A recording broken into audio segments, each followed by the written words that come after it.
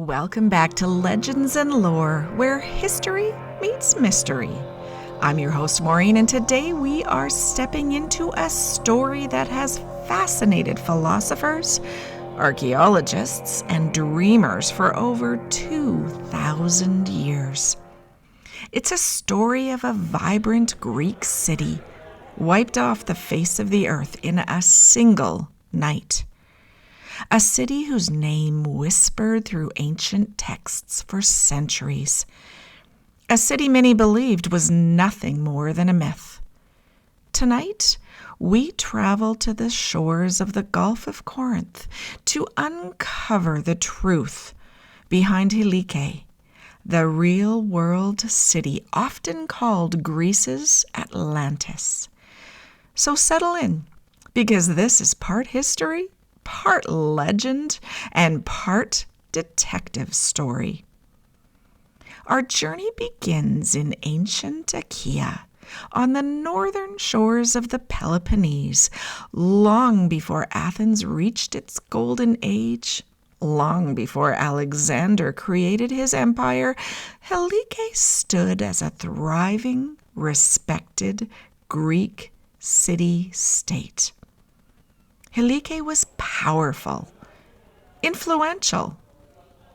It led the Achaean League, it controlled valuable trade routes, and was home to a magnificent temple dedicated to Poseidon Helikonios, a local version of the god of the sea and earthquakes.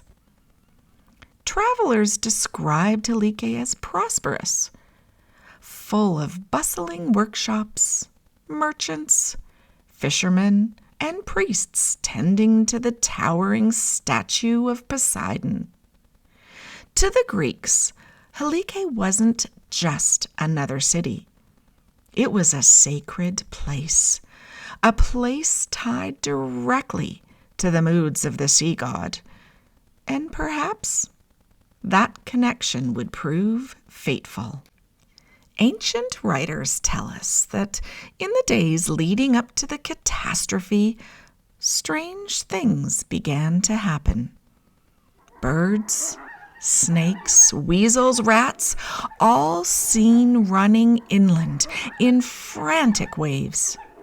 People were puzzled, even amused, but no one understood that nature was giving them a warning.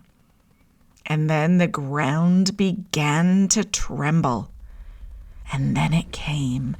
It was the winter of 373 BC when Helike met its fate. As night fell, a massive earthquake struck the region. Not a gentle tremor, but a violent, devastating earthquake that shook the earth with incredible force. Ancient accounts say buildings crumbled instantly, roads split open, the great temple of Poseidon cracked, its columns twisting like reeds in a storm.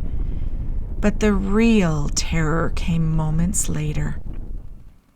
A tsunami, triggered by the quake, roared in from the Gulf of Corinth. A wall of water swallowed the entire city, sweeping homes, temples, markets, and thousands of people into the dark. By sunrise, Helike was gone. Not damaged, not partially flooded. Gone. Only the tops of a few buildings could still be seen beneath the sea for a short time, shimmering eerily through the water. Travelers sailed over the ruins, staring down at a drowned city, frozen in time. For centuries, Helike became a warning, a whispered reminder of nature's power and Poseidon's fury. But here's where the story takes an even more mysterious turn. Only a few years after Helike's destruction, the philosopher Plato began writing about another city, a legendary one swallowed by the sea. Yes, Atlantis. Many scholars believe that Helike may have inspired Plato's story.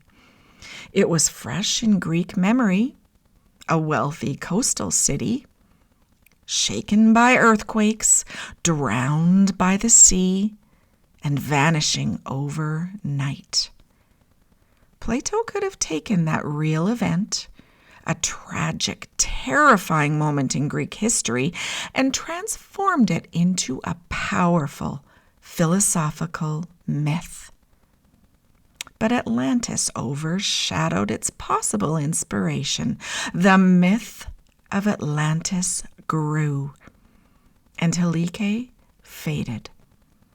And for over 2,000 years, the lost city of Helike lay hidden, somewhere beneath the earth and the sea, until modern times. You see, for centuries, no one knew where Helike actually was. Some believed it was deep underwater. Others thought it might lie buried underneath layers of silt on the coastline. Beginning in the 1800s, researchers, historians, and adventurers began searching, using ancient texts, old maps, and much later new technology. But Helike stayed hidden. It wasn't until the early 2000s, thanks to Greek archaeologist Dora Kotsanopoulou and a dedicated team, that the truth finally came to light. Helike was not deep below the sea at all. It had sunk into the soft, marshy ground which liquefied during the earthquake and was then covered by layers of sediment. The city had drowned, but not in the way early explorers had imagined. And then in 2001, archaeologists made an incredible discovery: the well-preserved remains of ancient Helike, including buildings, roads, pottery, and even coins bearing the image of Poseidon. For the first time in history, the lost city had reemerged. Archaeologists uncovered evidence that gave us a glimpse into Helike's vibrant life. Workshops filled with tools, homes arranged around narrow streets, coins stamped with the trident of Poseidon, pottery that matched descriptions from ancient writers, and the foundations of public buildings. These discoveries confirmed that Helike was wealthy, organized, artistic, and deeply religious.